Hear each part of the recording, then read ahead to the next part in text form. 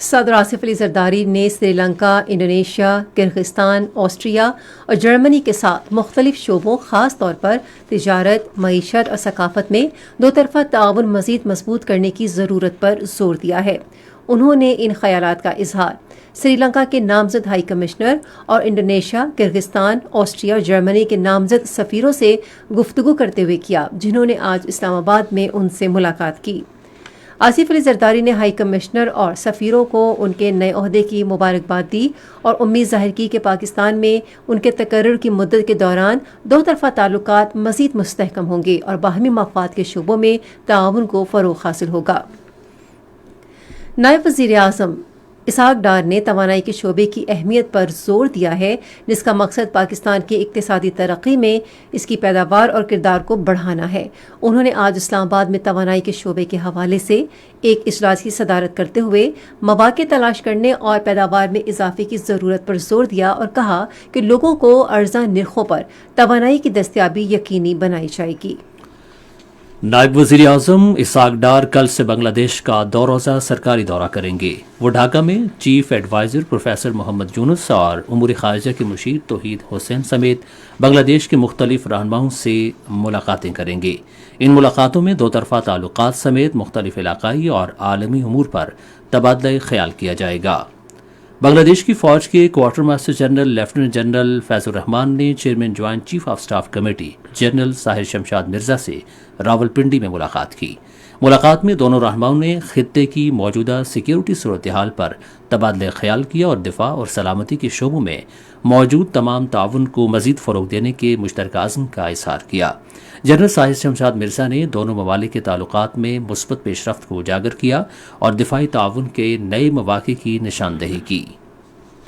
وزیر اطلاعات و نشریات عطا اللہ تارڑ نے ریاست کے بیانیے کو مؤثر انداز میں پیش کرنے اور بھارت کے ساتھ حالیہ تنازع کے دوران دشمن کے جھوٹے پروپیگنڈے کو بے نقاب کرنے پر پاکستانی ذرائع ابلاغ کی تعریف کی ہے۔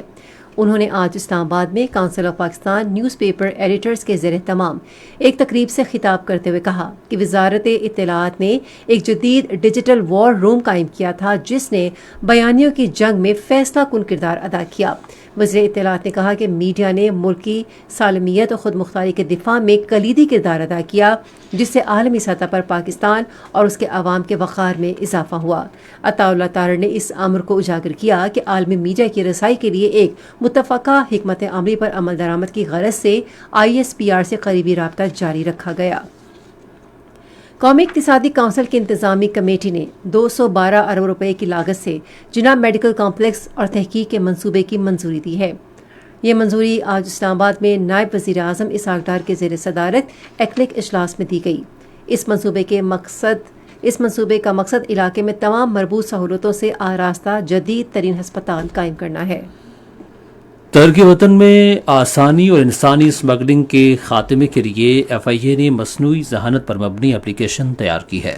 وزیر داخلہ محسن نقوی کے زیر صدارت اسلام آباد میں FIA ہیڈ کوارٹرز میں ایک اجلاس کے دوران انہیں اس اپلیکیشن کے بارے میں بریفنگ دی گئی۔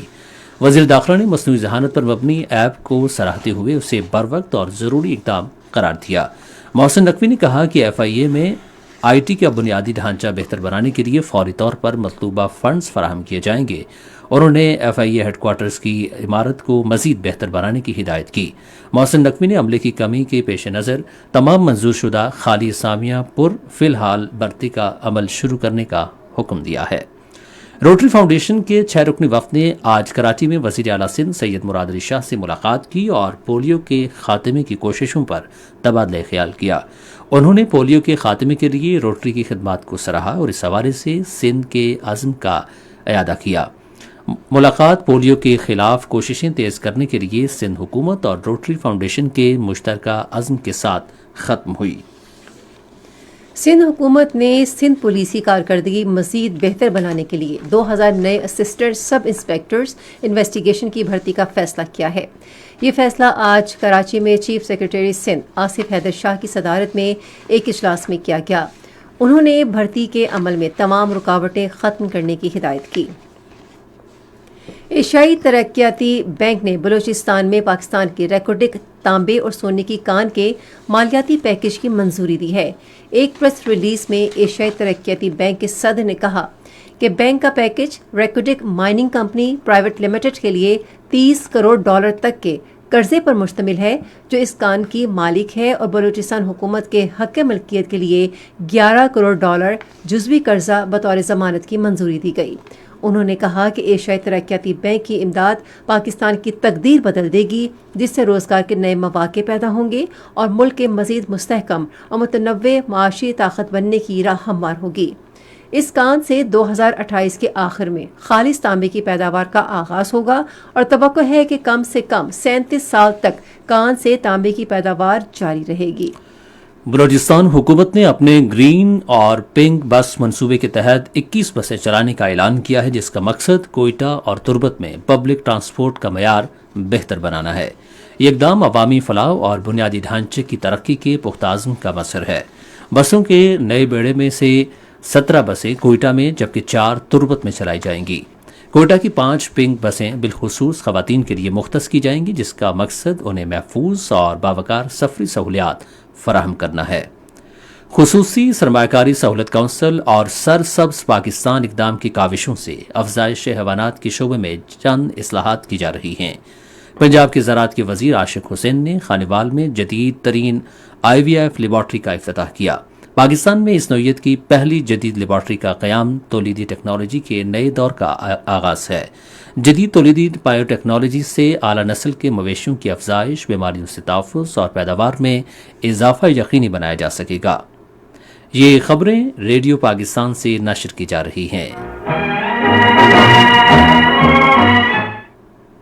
وزیراعظم شہباز شریف نے شہزادہ فہد بن مقرن بن عبدالعزیز ال سعود کی والدہ کے انتقال پر دکھ اور افسوس کا اظہار کیا ہے۔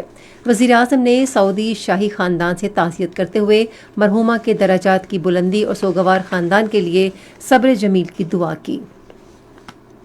دفتر خارجہ کے ترجمان شفقت علی خان نے کہا ہے کہ پاکستان دہشت گردی سمیت تمام تسویہ طلب معاملات طے کرنے کے لیے بھارت کے ساتھ جامع اور مدلل مذاکرات کو تیار ہے۔ انہوں نے یہ بات آج اسلام آباد میں صحافیوں کو ہفتہ وار بریفنگ کے دوران مختلف سوالات کے جواب دیتے ہوئے کہی۔ ترجمان نے کہا کہ پاکستان کو بھارت کے ساتھ دہشت گردی کے معاملے پر بات کرنے میں کوئی ہچکچاہٹ نہیں، کیونکہ ہمارے پاس پاکستان میں دہشت گردی کو ہوا دینے میں بھارت کے ملوث ہونے کے ناقابل تردید ثبوت موجود ہیں۔ شفقت علی خان نے کہا کہ پاکستان اور بھارت کے درمیان ان مذاکرات کی سہولت کاری کے لیے کسی بھی دوست ملک کی کوششوں کا خیر مقدم کیا جائے گا۔ انہوں نے بھارت کی جانب سے اسلحے کے انبار لگانے کو خطے کے استحکام اور پاکستان کی سلامتی کے لیے خطرہ قرار دیا۔ انہوں نے بھارت کی بے تحاشا عسکری توسیع کو نظر انداز کرنے پر عالمی برادری پر تنقید کی اور کہا کہ اس کا جاری رہنا خطے کو عدم استحکام کا شکار کر سکتا ہے۔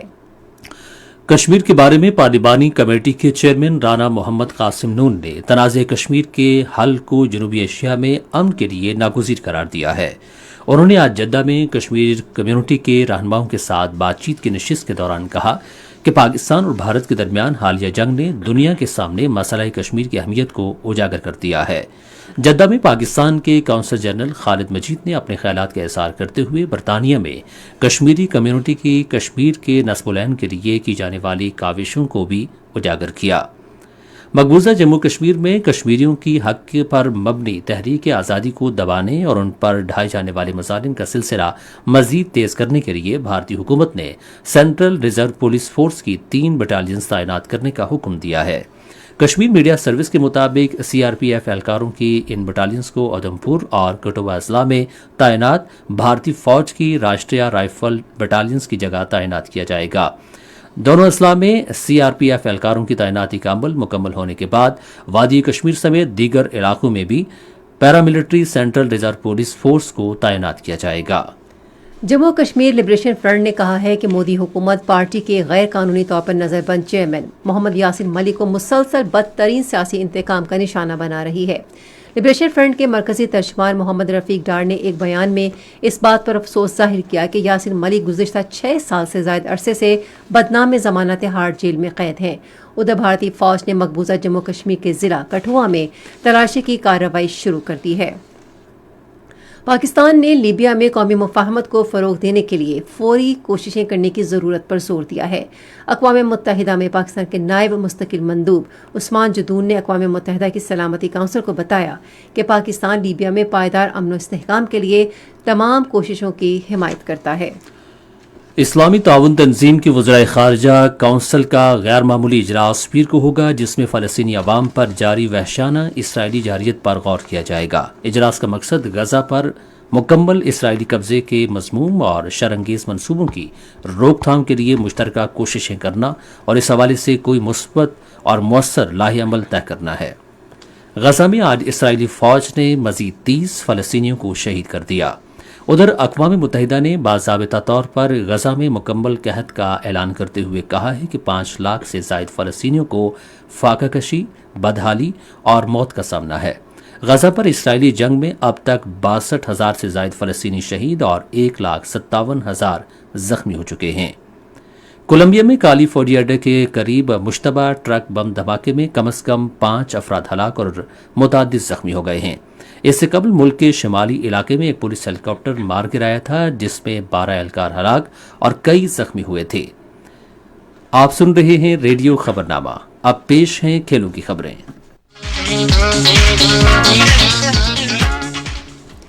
پاکستان کے ملتان سے تعلق رکھنے والے فراست علی نے جو ٹائروں کو پنکچر لگاتے تھے، تھائی لینڈ میں 57ویں ایشین باڈی بلڈنگ چیمپئن شپ میں طلائی تمغہ جیت لیا ہے۔ فراست علی نے 75 کلو گرام کی کیٹیگری میں بھارت کے 3 اور افغانستان کے 1 طن ساز کو شکست دی۔ پاکستان باڈی بلڈنگ فیڈریشن کے سیکرٹری جنرل سہیل انور کے مطابق فراست علی کی جیت سے ملک کے نوجوانوں کو ایک جذبہ ملا ہے۔ پاکستان کرکٹ بورڈ نے لاہور میں جنوبی افریقہ کے خلاف خواتین کی آئندہ ون ڈے سیریز کے لیے میچ آفیشلز کے ناموں کا اعلان کیا ہے۔